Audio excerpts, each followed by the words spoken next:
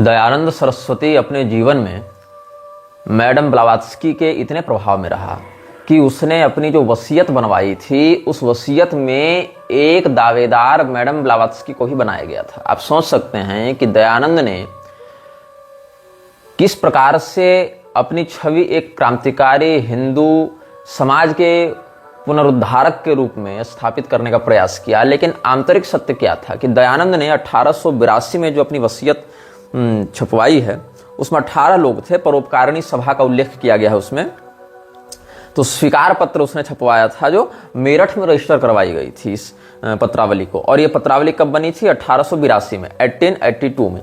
तो theosophical Society के जो संस्थापक लोग थे, जिसमें कर्नल हेनरी आलकाट था, जिसमें मैडम हेलेना ब्लावात्स्की थी, इन दोनों लोगों को भी दयानंद ने अपने निजी वस्त्र, पुस्तक, प्रकाशन और उसका जो भी अवशेष बचता उसके मरने के बाद उसकी जो संपदाएं होती या जो भी अंत्येष्टि का जो अधिकार होता वो 18 लोगों के पास था परोपकारिणी सभा के बैनर तले। और इसमें मैडम ब्लावात्स्की और कर्नल हेनरी आलकट को भी इसने सम्मिलित किया था।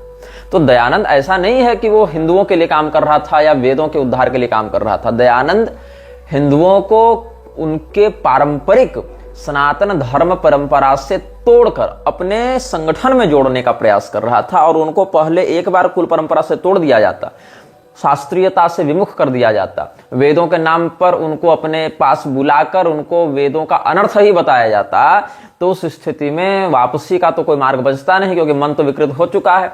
अंततः क्या होता कि जो मुख्य उद्देश्य है म्लेच्छराज का, दैवी संपदा की हानि, आसुरी संपदा की वृद्धि, उसी में इसके लोग लगे रहते।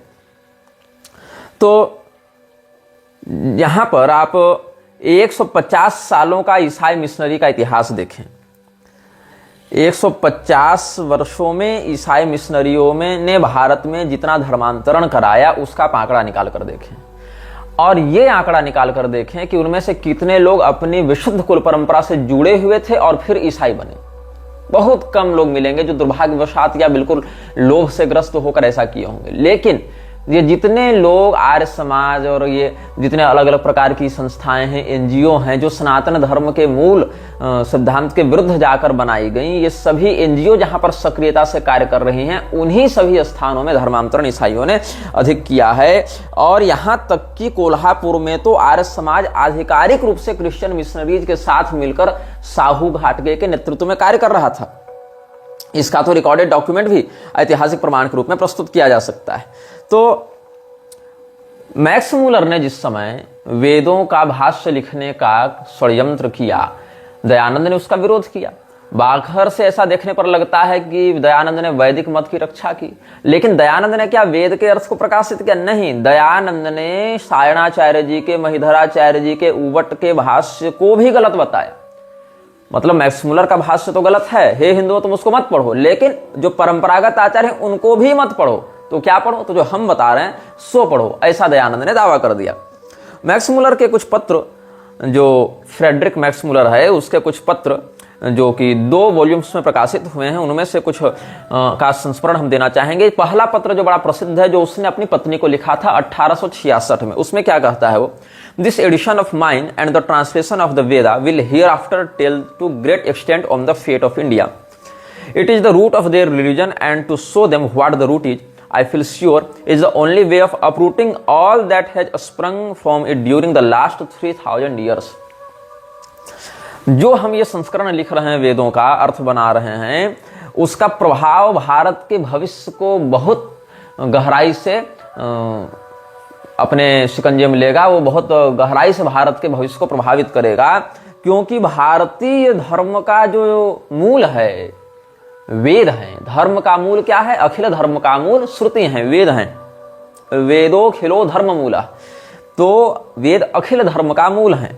और वहां पर जब हम उस जड़ में ही विकृति कर देंगे तो उनको, जो ये हजारों वर्षों से फल फूल रहे हैं, विकसित हो रहे हैं, वहां से उनको उखाड़ फेंकना सरल हो जाएगा। एक और पत्र इसने अपने पुत्र को लिखा है मैक्स मूलर ने, उसमें क्या कहता है? Would you say that anyone's sacred book is superior to all others in the world? I say the New Testament. अगर तुम ये पूछो कि कोई एक पुस्तक जो विश्व में सभी पुस्तकों के ऊपर है, वो क्या हो सकती है? तो न्यू टेस्टामेंट, बाइबल का न्यू टेस्टामेंट ही विश्व में सभी पुस्तकों के ऊपर हो सकता है, ऐसा मैक्स मुलर ने अपने पुत्र को लिखी चिट्ठी में कहा।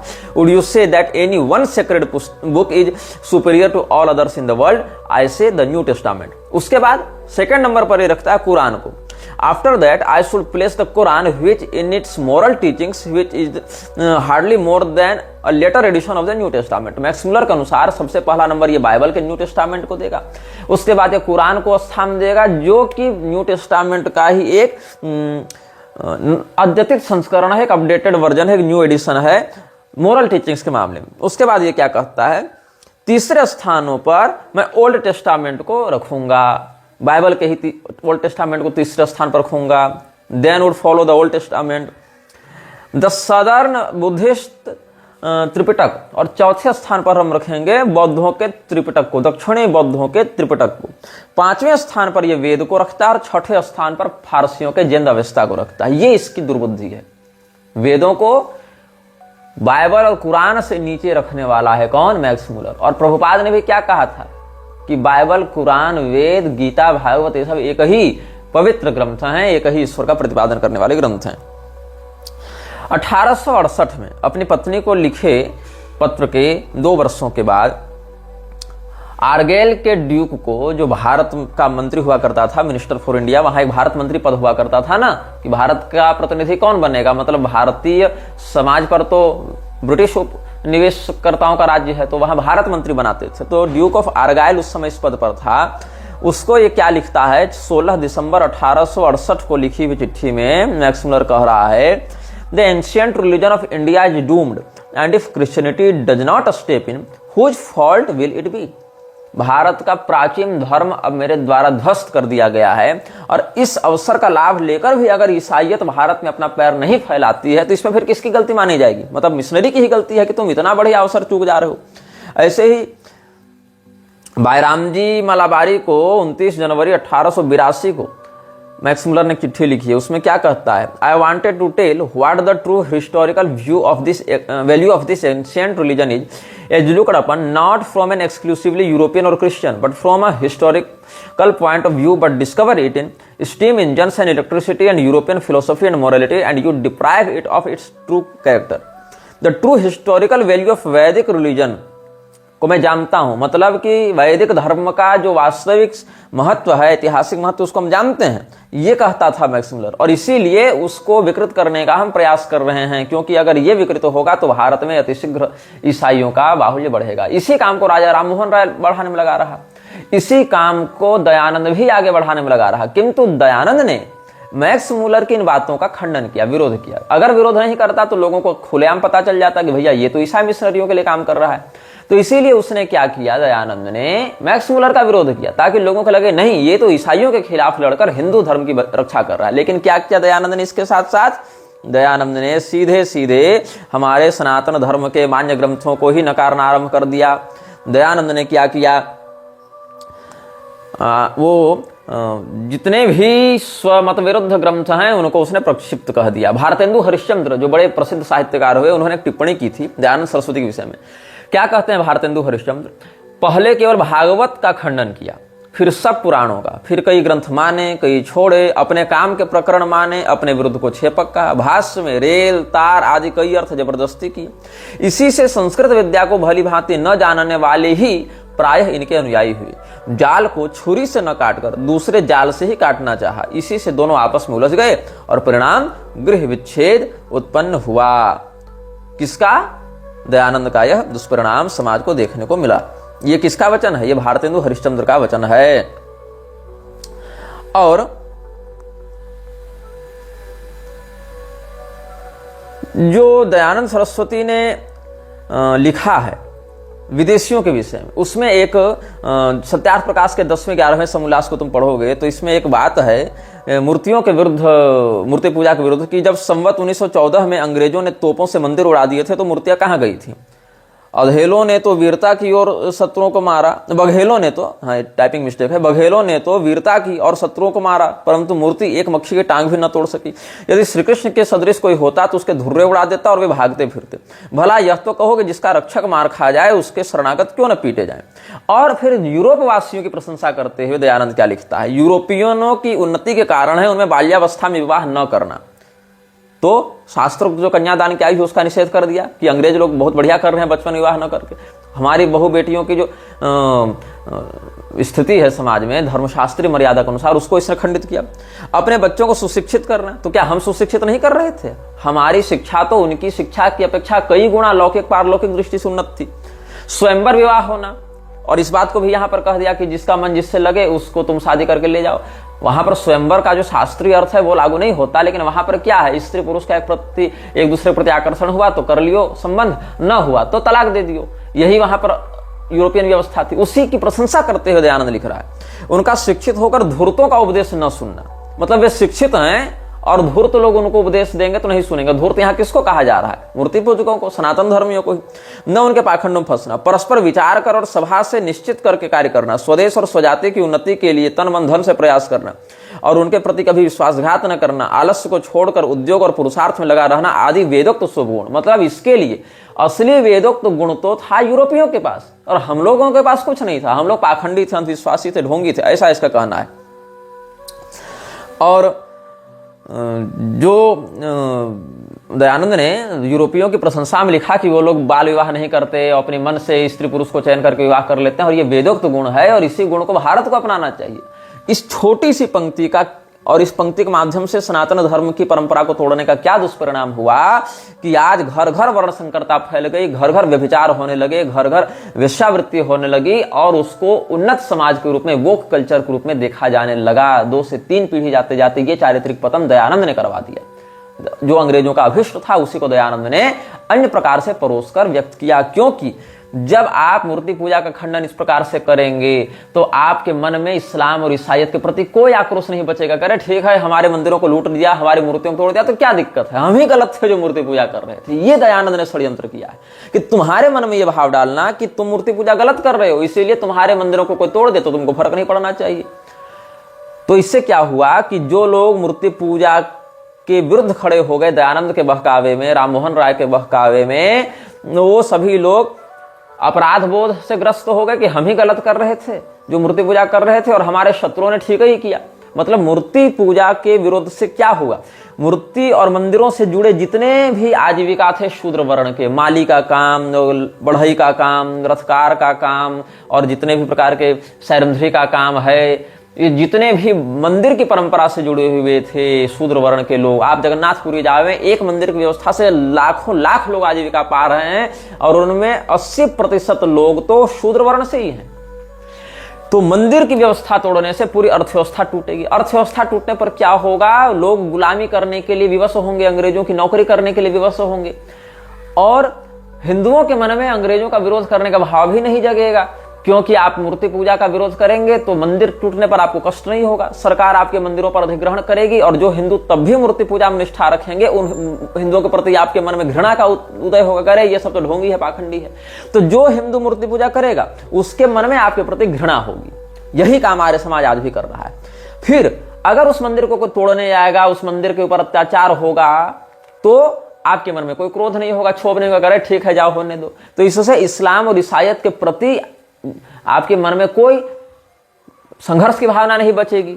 आपको क्या लगेगा कि ठीक है ये लोग कर रहे हैं तो उससे हमारा क्या बिगड़ रहा है। तीसरी बात, इसमें कर्मणा वर्ण व्यवस्था को लाने का दुष्परिणाम ये कि कोई भी व्यक्ति मुसलमान ईसाई पहले आपके मंदिरों को तोड़ेगा, आपके मन में कोई क्रोध नहीं, फिर आपके यहाँ आकर आर्य समाज मंदिर में कहेगा हम आर्य बन गए, फिर जैसा काम है वैसा वर्ण होता है तो क्या होगा, फिर वो कहेगा कि हम ब्राह्मण बन गए, क्षत्रिय बन गए, फिर आपकी बहु बेटी भी उठाकर ले जाएगा और लोग कहेंगे अरे ठीक ही तो है, वो ब्राह्मण क्षत्रिय तो कर्म से होते हैं इसलिए ऐसा हो गया। कितना बड़ा षड्यंत्र है इसको तुम समझना, वृक्षराज की इस व्यवस्था के पीछे कितना बड़ा षड्यंत्र चल रहा है। और जिन धर्मशास्त्रों से ये सब बातें खंडित होंगी उन सबको अप्रमाणिक मान लिया जाए। इसीलिए क्या कहता है, तीसरे समोल्लास के आगे आप बढ़ते जाएंगे तो क्या कहता है कि ये सब मिथ्या जाल कहा है पुराणों को इसने कि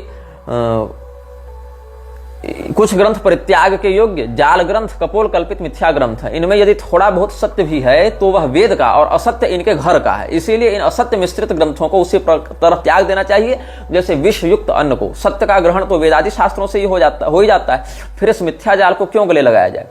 अब मिथ्या ग्रंथ क्या होगा इसके लिए, मिथ्या जाल क्या होगा इसके लिए, तो मिथ्या जाल हैं जो भी वेद पुराण और स्मृतियां तंत्र जो दयानंद के मत के विरुद्ध हैं। वेद को भी पूरा नहीं मानते। उपलब्ध 20-22 शाखाओं में, जिसमें 14 तो बिल्कुल अविच्छिन्न परंपरा से भी प्राप्त होने, उसमें केवल 4 को ही मानते हैं। तो क्या ये वेद को भी पूरा माने? नहीं, वेद भी इनके मापदंड पर वेद माने जाएंगे, नहीं तो नहीं माने जाएंगे। कोई भी आप उपनिषद दिखाइए जहां से मूर्ति पूजा सिद्ध होती है, ये कहेंगे वेद ही नहीं है। कोई भी श्रुति दिखाइए, अजायमानो बहुधा विजायते इत्यादि दिखाइए, नहीं, कुछ नहीं मानना है इन लोगों को। इन लोगों को नतस्य प्रतिमास्ति पर लड़ना है, लेकिन उसके बाद वाले विषय पर चर्चा नहीं करने के। नतस्य प्रतिमास्ति, ये पूरा तो मंत्र नहीं है ना, यस्य नाम महद्यस, ये सब भी तो चर्चा करेंगे। वहां इतना ही भाव है कि उस अद्वितीय परमेश्वर के ऐश्वर्य का, महत्व का प्रतिमान दूसरा नहीं है, मतलब उसके समान दूसरा नहीं, उसकी तुलना, उसकी उपमा किसी से नहीं की जा सकती। परब्रह्म के अनुपमेय होने में, उसकी अद्वितीयता में नतस्य प्रतिमास्ति यस्य नाम महद्यस, इस श्रुति का प्रयोग किया जाता है। वहां से प्रतिमा को ये मूर्ति कह देते हैं और उतना ही नतस्य प्रतिमास्ति उठाकर बात करने लग जाते हैं ये मूर्ख। तो क्या होता है कि दयानंद ने कह दिया कि ये सारे के सारे ग्रंथ जाल ग्रंथ हैं। कौन कौन ग्रंथ जाल ग्रंथ हैं? तो इसमें लिखता है कि नीचे जो जो अपरित्याग के जो ग्रंथ हैं उनका परिगणन संक्षेप में किया जाता है, और जो जो ग्रंथ नीचे लिखेंगे वह जाल ग्रंथ समझना चाहिए। व्याकरण में कातंत्र, सारस्वत, चंद्रिका, मुग्धबोध, कौमुदी, सिद्धांत कौमुदी को भी जाल कह दिया, शेखर, मनोरमा आदि कोश में अमर कोश आदि, और छंदो ग्रंथ में वृत्त रत्नाकर आदि, शिक्षा में असो शिक्षा प्रोक्षा में पाणनीय मतम यथा इत्यादि, ज्योतिषी में शीघ्र बोध, मुहूर्त चिंतामणि आदि सब अप्रामाणिक इसके लिए। काव्य में नायिका भेद, कोलयानंद, रघुवंश, माघ का वही सब, फिर किरातार्जुन जो नियम सब ये सब। मीमांसा में धर्म सिंधु अप्रामाणिक हो गया। व्रत वैशेषिक में तर्क संग्रह आदि ये सब, न्याय में जागदीशी इत्यादि, तर्क संग्रह इत्यादि को भी ये अप्रामाणिक कह दिया, अन्नम भट्ट वाली। योग में हठ प्रतिपिकादि भी अमान्य है। सांख्य में सांख्य तत्व कौमुद्यादि अमान्य है। वेदांत में योग वासिष्ठ भी अमान्य है। पंचदशी अमान्य है। वैद्यक में सारंगधर संहिता भी अमान्य है। स्मृतियों में मनुस्मृति तो अमान्य पूरी नहीं कर पाए, तो कह दिया प्रक्षिप्त श्लोक। और प्रक्षिप्त श्लोक कुछ नहीं, जिन श्लोकों से आर्य समाज का खंडन होता है उसको इन्होंने प्रक्षिप्त घोषित कर रखा है। किसने प्रक्षिप्त किया, कब किया, इससे पहले की अप्रक्षिप्त प्रति कहां है, इसका कोई अता पता नहीं, लेकिन कह दिया कि ये सब प्रक्षिप्त है। और अन्य सब स्मृति, मनु के अलावा तो बाकी सारी स्मृति अप्रमाण हो गई, और मनु स्मृति में भी जितना हम मानते हैं उतना ही प्रमाण होगा, बाकी प्रक्षिप्त कह दिया इन लोगों ने। ये इनका नाटक है। सब तंत्र ग्रंथ अप्रमाणिक, सब पुराण, तुलसीदासकृत भाषा रामायण, भाषा निबद्ध मति मंजुल मातन होती, तो भाषा रामायण, रामचरितमानस को यहां इसने कहा है। रुक्मिणी मंगल आदि और सर्व भाषा ग्रंथ ये सब कपोल कल्पित मिथ्या ग्रंथ हैं, ये इसने कहा है। किसने कहा है? दयानंद ने। अब इस ग्रंथ में क्या हुआ, जो हमने अभी इन ग्रंथों का नाम बताया, इन ग्रंथों में दयानंद की सारी पोल खोलने की क्षमता है, इसीलिए उन सभी ग्रंथों को इसने अप्रामाणिक कह दिया। और ये जो हैं संप्रदाय, ये सब जो ग्रंथ हैं, ये सब दयानंद ने प्रथम शत्रु के रूप में बताया। ये हमारे प्राथमिक शत्रु हैं, यही हमारे असली शत्रु हैं। उसके बाद जब व्यापक विरोध होने लगा समाज में, तब इसने सोचा जब तो डैमेज कंट्रोल करना पड़ेगा, तो थोड़ा बहुत ईसाइयों के विरुद्ध भी लिखना पड़ेगा, इस्लाम के विरुद्ध भी लिखना पड़ेगा। तब इसने 13वां और 14वां समोल्लास, बाद में असली सत्यार्थ प्रकाश में नहीं, उसके बाद में ऐड करके डाला गया, उसमें अल्टरेशन की गई। और उससे पहले संस्करण में भी बहुत कुछ बातों को हटाया है, तोड़ा है, मरोड़ा है, सीधे सीधे प्रकरण ही हटा दिए हैं प्रथम संस्करण के सत्यार्थ प्रकाश से। इसीलिए मैं कहता हूं कि ये सारे जितने एनजीओ बाज हैं ना, ये सब धर्म नहीं है, ये सब अंग्रेजों के उठाए हुए संस्थान हैं। यहां तक कि आर्य समाज में तुम विवाह करने जाओ तो दोनों का हिंदू होना भी जरूरी नहीं है, एक पक्ष हिंदू है पर्याप्त है, बाकी सब लोग आर्य हो गए। कृणवंतो विश्वम आर्यम कहते हैं, तो पूरा संसार आर्य, और हमारा मेंबरशिप ले लो तो तुम आर्य समाजी, और तुम फिर कुछ भी करो। ये नाटक चला रखा है इन लोगों ने। शादी के बाद जितने लव जिहादी हैं सब आर्य समाज में जाकर वहां से हिंदू होने का, आर्य होने का सर्टिफिकेट लेकर आ जाते हैं। उसके बाद उनका षड्यंत्र तो तुम जान ही रहे हो कि क्या क्या करते हो। यहां तक कि इन लोगों ने क्या किया है, हमारे मान्य उपनिषदों को प्रक्षिप्त और मिलावटी घोषित कर दिया और दयानंदोपनिषद नाम का एक फर्जी उपनिषद निकाल रखा है। दयानंदोपनिषद कभी मिलेगा तो पढ़ लेना। और यहां तक कि संस्कृत के विद्वानों से चापलूसी करवा करवा के, जिसमें एक व्यक्ति का मैं नाम लेना चाहूंगा, कपिल देव द्विवेदी, कौन है, कहां का प्रोफेसर है, पता कर लेना।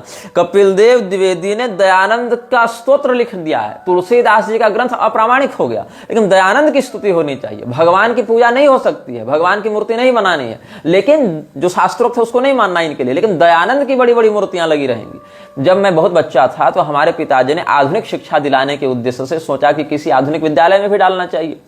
शास्त्रीय शिक्षा तो दे ही दे रहे हैं घर में, लेकिन समाज में और भी क्या चल रहा है इसको जानने के लिए सीबीएसई कोर्स में उन्होंने मुझे डाला। तो उस समय डीएवी ग्रुप के एक प्रतिष्ठित विद्यालय में हमारा नामांकन हुआ और उस समय डीएवी ग्रुप मुझे लगभग मान लीजिए आप 80% छूट में पढ़ा रहा था। मतलब वो फीस नहीं लेते थे, केवल 5,000 रुपये सालाना पिताजी देते थे। कब की बात है, 2003-4 की बात है।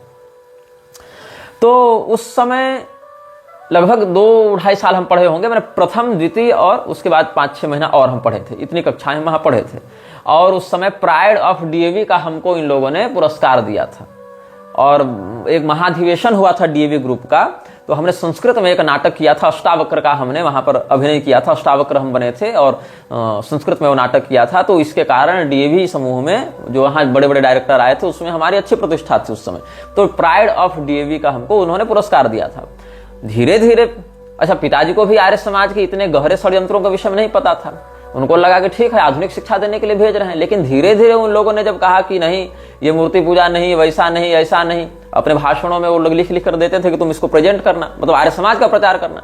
पिताजी ने देखा ये क्या लिख कर तुमको दिया गया। मैंने कहा वही तो समझ में नहीं आ रही ये बात पिताजी। ये लोग राम भगवान को, कृष्ण भगवान को, सबको, किसी को नहीं मानते कुछ, और हम तो प्रतिदिन अपना बजरंगबली की पूजा करके ही स्कूल जाते हैं। तो ये क्या ये लोग बता रहे हैं। तब पिताजी गए, हमारा नाम कटवा दिया। तो फिर वहां झगड़ा हुआ। फिर दूसरे विद्यालय में गए, वहां से फिर बुला कर लाया गया कि नहीं, दोबारा इस बच्चे का यहाँ नामांकन कराया जाए, हम लोग इस प्रकार से नहीं व्यवहार करेंगे। दोबारा जब आए, 1-2 महीना और पढ़े, तब फिर से वही प्रपंच शुरू हो गया। पिताजी के सामने हमको कहने लगे वो लोग, आर्य समाजी लोग, कि ये बाबा जी की बात नहीं माननी है, हम जो कह रहे हैं वो माननी है।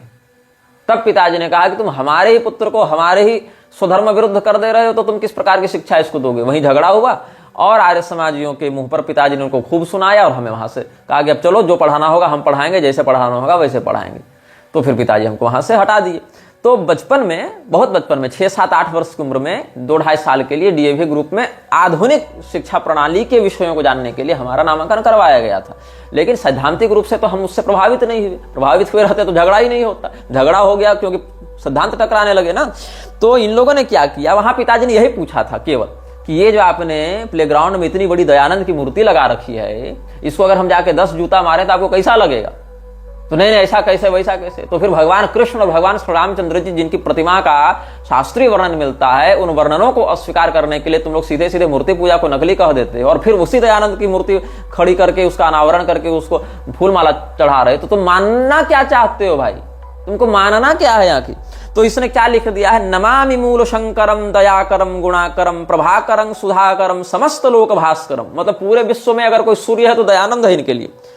और महर्षि वृंद वंदितम, दयानंद महर्षि नहीं रहा, महर्षि लोग तो इसकी सेवा करते हैं, इस लेवल पर दयानंद को पहुंचा रखा है। महर्षि वृंद वंदितम श्रुतिर निनादनंदितम अनाथ नाथमाश्रयम सदा सदार्य संश्रयम। अनाथों का नाथ है दयानंद। ये चापलूसी देख रहे हैं इन लोगों की, नए नए स्तोत्र रचे जा रहे हैं। और कहता है जो दयानंद के चरणों की सेवा करेगा वो समस्त शोक से मुक्त हो जाएगा। त्वदंघ्रि पद्म सेवनम समस्त शोक शोषणम अशेष दोष दूषणम सुधई सुखौघ सिंधु पोषणम। कितना कुछ इसने चापलूसी में लिखा है, बहुत है लेकिन ज्यादा नहीं बताऊंगा। इतना ही जान लो कि जो लोग ये कहते हैं कि दयानंद ने इस्लाम के विरुद्ध लिखा, ईसाइयत के विरुद्ध लिखा, उनको ये समझना चाहिए डैमेज कंट्रोल करने के लिए, हिंदुओं को मूर्ख बनाने के लिए केवल है। सार्वदेशिक पत्रिका का 1942 का संस्करण निकाल कर देखना, हाजी अल्लाह राखिया का वर्णन मिलेगा रहमतुल्लाह, जो कच्छ का स्वर्ण व्यापारी था। उसने कितना डोनेशन दिया है यार समाज को आगे बढ़ाने में। और दयानंद के जीवित रहते लाहौर में जब आर्य समाज की स्थापना हो रही थी, मुंबई में पहले हुई, फिर लाहौर इत्यादि में हुई, वहां अनारकली कोठे का मालिक था रहीम खान। उसने कितना डोनेशन दिया, ये सब का रिकॉर्ड निकाल कर देखना कि किनके पैसों से ये सब चल रहे थे। रहीमतुल्लाह क्या करता था, रहीम खान क्या करता था, लाहौर के अनारकली कोठे वाला, ये सब बहुत कुछ तुमको प्राप्त होगा। दयानंद स्तव बना रखा है, दयानंदोपनिषद बना रखा है। और जो ये लोग कहते हैं हम लोग गीता को प्रामाणिक मानते हैं, वाल्मीकि रामायण को प्रामाणिक मानते हैं, तो वाल्मीकि रामायण में उत्तरकांड को पूरा प्रक्षिप्त मानते हैं, और बीच बीच में कई प्रकरण और श्लोक को ही प्रक्षिप्त मानते हैं। और महाभारत में भी 8,000 श्लोक को प्रामाणिक मानते हैं। श्रीमद् भगवत गीता में मात्र 70 श्लोक को प्रामाणिक मानते हैं ये लोग, बाकी पूरा प्रक्षिप्त ये लोग मानते हैं। तो इनका क्या है कि हिंदू धर्म से जुड़े हुए एक दो विषय, वेद उठा लो, गीता उठा लो, वेद में सारे भागों को हटा के अपने मतलब की 2-4 श्रुतियां संहिताएं रख लो, गीता में से सारी बातों को हटा के 10% बातों को अपने रख लो, ताकि हिंदू को लगे कि हाँ ये तो हमारे ही हिस्सा है। मनुस्मृति में से सब हटा के थोड़ा बहुत अपने काम का रख लो, तो हिंदुओं को लगेगा ये तो अपने काम के लोग हैं, ये तो अपना उद्धार कर रहे हैं, हमारा कल्याण चाहते हैं। लेकिन उस प्रकार से सभी मान्य शास्त्रों को हटा दो और केवल अपने मतलब की 2-4 बातों से हिंदुओं को आधी अधूरी अर्ध कुकुटी के माध्यम से भ्रमित कर दो। और हमारे जो सनातन धर्म के कथित धर्मगुरु मूर्ख नालायक भरे पड़े हैं। अभी धीरेन्द्र का तुम देखो बागेश्वर धाम वाले पेज में जाकर दयानंद सरस्वती को प्रणाम कर रहा है, उसको श्रद्धांजलि दे रहा है। अम्बेडकर का चरण तो पहले ही चूम चुका है, अब दयानंद का चरण चूम रहा है, जबकि वही दयानंद भगवान श्री रामचंद्र जी को भगवान ही नहीं मानता। वही दयानंद गोस्वामी तुलसीदास जी और रामचरितमानस के विरुद्ध कितना कुछ बोला है। लेकिन इन लोगों को क्या मतलब है, हमको गाली देंगे ये लोग कि तुम निंदा कर रहे हो। अरे जिसने वास्तव में निंदा की उसका हम विरोध कर रहे हैं, तुम निंदकों के चरण चूम रहे हो और उनकी पोल खोलने वाले को तुम निंदक बता रहे हो, ये तुम्हारी मूर्खता है। तो जो मैडम ब्लावात्स्की के विषय में हम बता रहे थे, उसका क्या संबंध रहा दयानंद से। जो थियोसॉफिकल सोसाइटी की स्थापना हुई उसमें दयानंद ने एक पत्र लिखा है अपने समावेश के लिए। तो दयानंद ने थियोसॉफिकल सोसाइटी ज्वाइन भी की है और दयानंद ने थियोसॉफिकल सोसाइटी से अपना संबंध तोड़ भी लिया। दोनों बातें हुई, यहां घुसा भी और यहां से वो भाग भी गया। क्यों गया बाहर, क्यों उसने फिर बाद में थियोसॉफिकल सोसाइटी का विरोध भी किया, इसके विषय में भी हम आपको बताएंगे। लेकिन इससे पहले हम आपको बताएं द ग्रेट व्हाइट ब्रदरहुड के बारे में। द ग्रेट व्हाइट ब्रदरहुड क्या है? ये थियोसॉफिकल सोसाइटी का वास्तविक नाम है। थियोसॉफिकल सोसाइटी तो बाहर से चल रही थी ना, अंदर से इस संस्था का, क्योंकि फ्रीमेसन्स के ये लोग थे, तो इन्होंने द ग्रेट व्हाइट ब्रदरहुड अपना नाम रखा था। और ये क्या है, कुछ विशेष मनुष्यों के या कुछ विशेष शक्तियों के माध्यम से लोगों को एक विशेष बात का उपदेश देने के लिए इन लोगों ने संगठन बनाया था। 32 लोगों के विषय में हम पहले अनुभागों में बता चुके हैं आपको। तो ये जो लोग थे उनको मास्टर्स ऑफ एंशिएंट विजडम कहा जाता था, या the ascended masters, the church invisible और द हेरार्की कहा जाता था इन लोगों को, या फिर उच्च स्तरीय गुरु कहा जाता था, या चर्च इनविजिबल, मतलब ऐसी संस्था, ऐसा चर्च जो हमें दिख नहीं रहा है लेकिन जिसके संकेत हमें प्राप्त हो रहे हैं। The Great White brotherhood. अब कहा गया कि द ग्रेट व्हाइट ब्रदरहुड में कितने लोग हैं, तो सबसे पहला व्यक्ति जो इसके विषय में खुलकर सामने आया वो हमारे इस प्रकरण की नायिका जो थी हेलेना पेट्रोवना ब्लावात्स्की, वो थी the white brotherhood, the Great White brotherhood की ये प्रोमिनेंट लीडर रही। इसके बाद इसने क्लेम किया कि हमें बहुत सी शक्तियों से संकेत प्राप्त हो रहे हैं और हम उन्हीं के आदेश पर चलेंगे। तो इसके पीछे पीछे कौन लोग आए? हेलेना रोइचिडिच आई, एलाइस ए बेली आई, गै बालार्ड आया, गेराल्डिन इनोसेंट आई, एलिजाबेथ क्लेर प्रोफेट, बॉब सैंडर्स और बेंजामिन क्रेम, ये सब लोग मिलकर, इन लोगों के नाम भी पहली बार ही बता रहा हूं, ये थियोसॉफिकल सोसाइटी के साथ उतनी सक्रियता से नहीं जुड़े थे जितने बाकी लोग जुड़े थे, लेकिन द ग्रेट व्हाइट ब्रदरहुड के बैनर तले ये लोग थियोसॉफिकल सोसाइटी को समाज में आगे बढ़ा रहे थे। अब ये पूछा गया कि ये जो परम गुरु की बात है, जो एसेंडेड मास्टर्स की बात है, वो मास्टर्स कौन है? तो कहा हमको जिन गुरुओं से ज्ञान मिलता है वो गुरु में मास्टर जीसस हैं। सबसे पहले तो जीसस क्राइस्ट से हमें सिग्नल मिल रहा है, फिर चीन के विचारक कन्फ्यूशियस हैं, फिर गौतम बुद्ध हैं, फिर जीसस की अम्मा हैं Mary the mother of Jesus हैं, फिर हिलेरियन है, फिर इनोक है, पॉल द वेनेटियन है और क्वाइन यीन है, सेंट जर्मन हैं और कुथुमी हैं। इनमें से कोई व्यक्ति सनातन धर्म का नहीं है। सारे लोग वेद विरोधी मत के प्रसारक प्रचारक हैं, इसमें कोई भी वैदिक मत का अनुयायी नहीं है। तो द ग्रेट व्हाइट ब्रदरहुड, जिसके कथित सारे उपदेशक या संकेत प्रदाता सारे अवैदिक म्लेच्छ मतों के आसुरी तत्वों के पोषक रहे, उन सारे लोगों से जुड़ी संस्था में दयानंद क्या कर रहा था? उन 32 लोगों में दयानंद क्या कर रहा था? अब कहा गया कि ये सारे लोग जो हैं वो तुमको क्यों ज्ञान बता रहे हैं? तो इसीलिए कहा गया कि हम जो है मेटाफिजिकल एक्सपीरियंसेस कर रहे हैं और हमारा यह कर्तव्य है कि हम उस परम ज्ञान को मानवीय सभ्यता में लागू करके मनुष्यों को उद्धार का मार्ग दिखाएं। और इसके लिए थियोसॉफिकल सोसाइटी के राइटिंग्स के अंतर्गत HP ब्लावात्स्की ने एक पुस्तक लिखी जिसका नाम था अग्नि योग। जिन लोगों ने मेरे पिछले अनुभागों को देखा था उनमें से बहुत लोगों ने एक बड़ी अच्छी टिप्पणी की थी कि म्लेच्छ के लिए अग्नि पूजा का भी विधान भविष्य पुराण आदि में बताया गया। वो क्या है? तो यहाँ अग्नि पूजा अग्निहोत्र का नाम नहीं, ऐसे ही अग्नि योग की बात है। They worship the fire of hell, इस प्रकार की अवधारणा उनके मन में है। वो अग्नि जो है वो अग्निहोत्र की याज्ञिक अग्नि नहीं है, पवित्राग्नि पूताग्नि नहीं है, वो जो आसुरी अग्नि है, जो नारक अग्नि है, उसकी वो आराधना करते हैं। तो ये जो अग्नि योग है ये भी उसी का एक उदाहरण है। अब पूछा गया कि भाई तुम्हारा हेडक्वार्टर कहाँ है? ये जो ग्रेट व्हाइट ब्रदरहुड है इसका हेडक्वार्टर कहाँ है? तो कहा संभल ग्राम में। अब संभल ग्राम वो स्थान है जहां पर भगवान विष्णु का कल की अवतार होगा।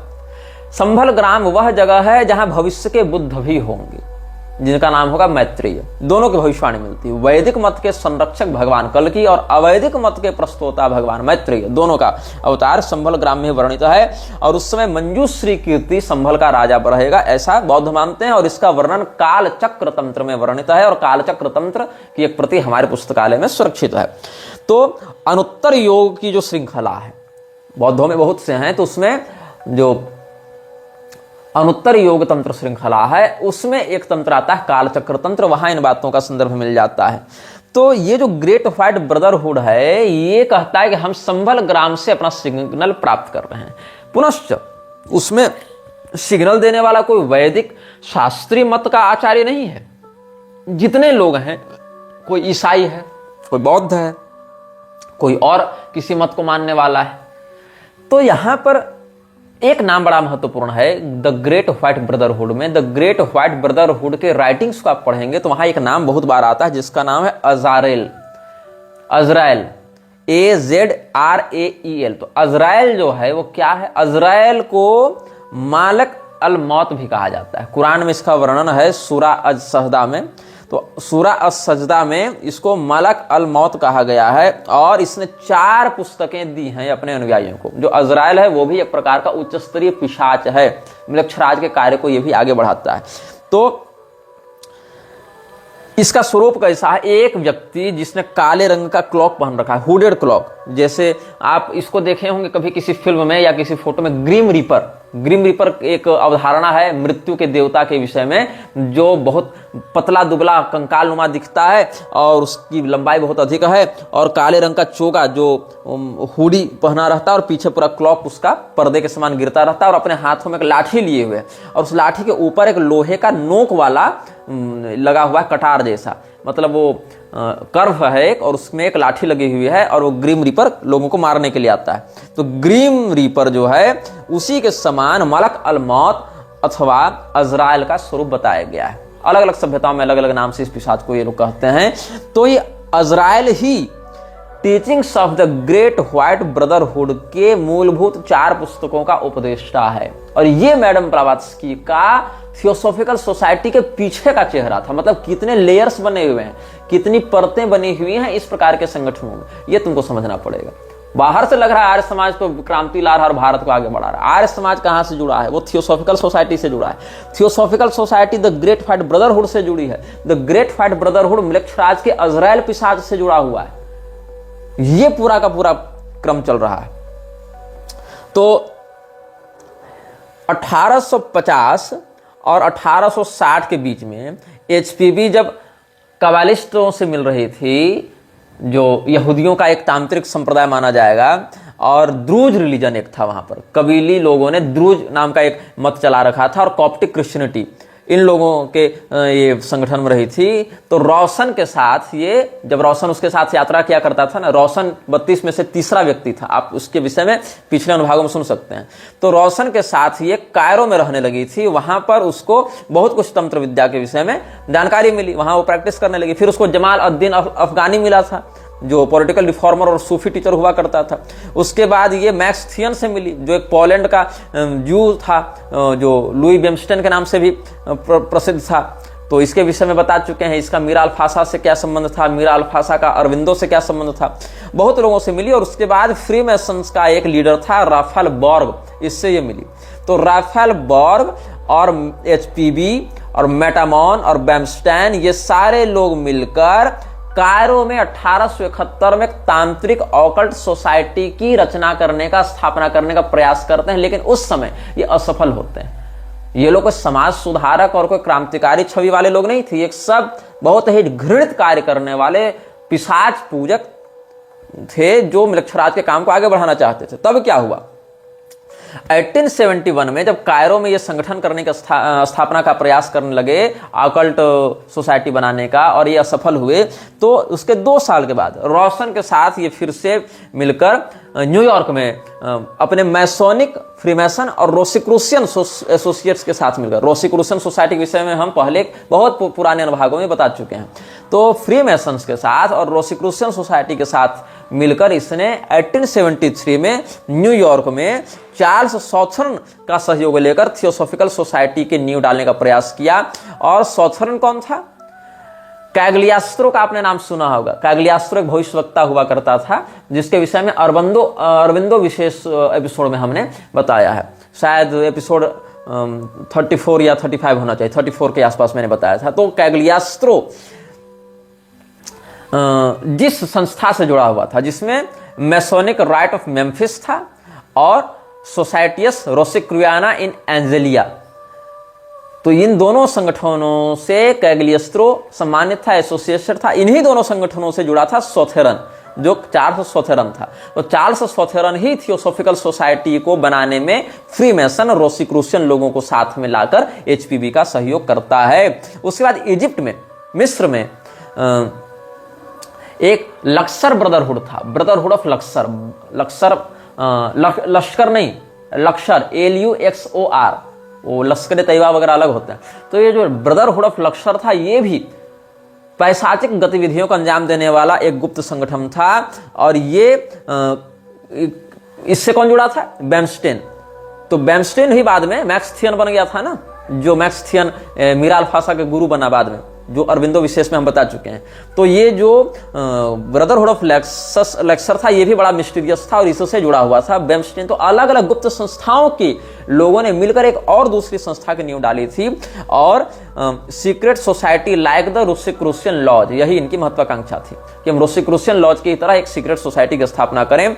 और एचपीबी ने कर्नल ऑलकट के साथ मिलकर फिर 1878 में टीएस को आधिकारिक रूप से मैसोनिक ऑर्डर बनाने का और मैसोनिक ऑर्डर के अंतर्गत कार्य कराने का विजन रखा, और ऐसा इन्होंने किया। और फिर 1879 में जब ये भारत आई, तो ब्लावात्स्की यहाँ के लोगों से और प्रभावित होने लगी, और वो फिर उनके माध्यम से अपने कार्य को आगे बढ़ाने लगी, जिसमें सबसे पहला व्यक्ति जो ऑलकट और एचपीबी के जीवन में इस कार्य को आगे बढ़ाने के लिए सामने आए, उसका नाम था Swami Dayanand Saraswati. After her 1879 arrival in India, however, new forces behind the scenes became far more important influences on Blavatsky. Initially, she and Olcott honored Swami Dayananda Saraswati, founder of the reform group of the Arya Samaj, as their Indian guru.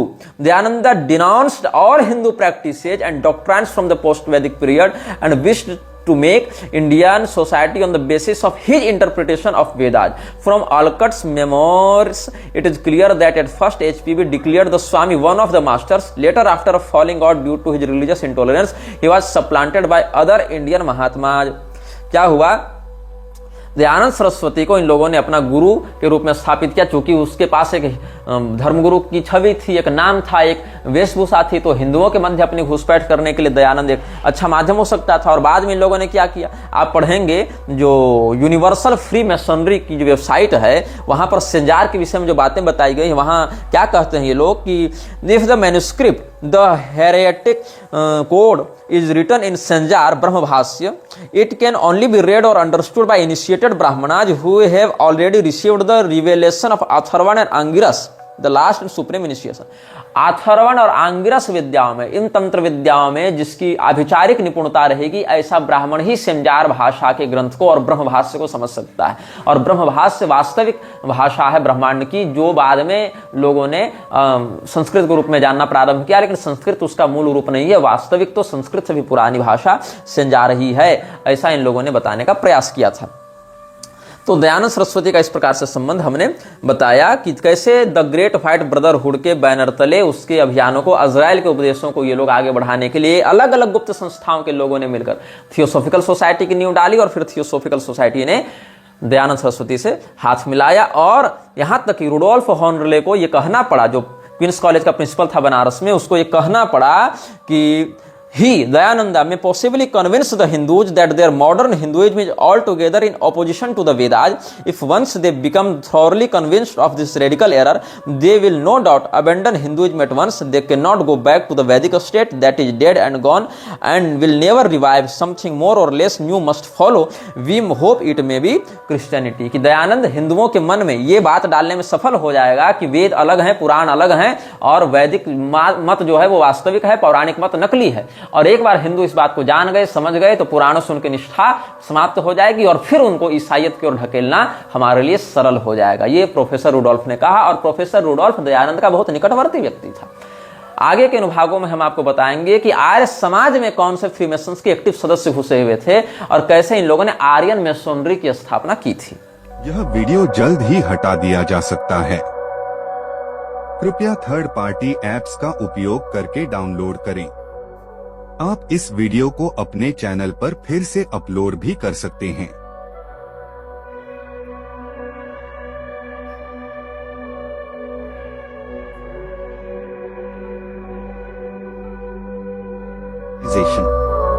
This video may get deleted soon. Please download using third-party apps. You may also re-upload this video on your channels. Thank you.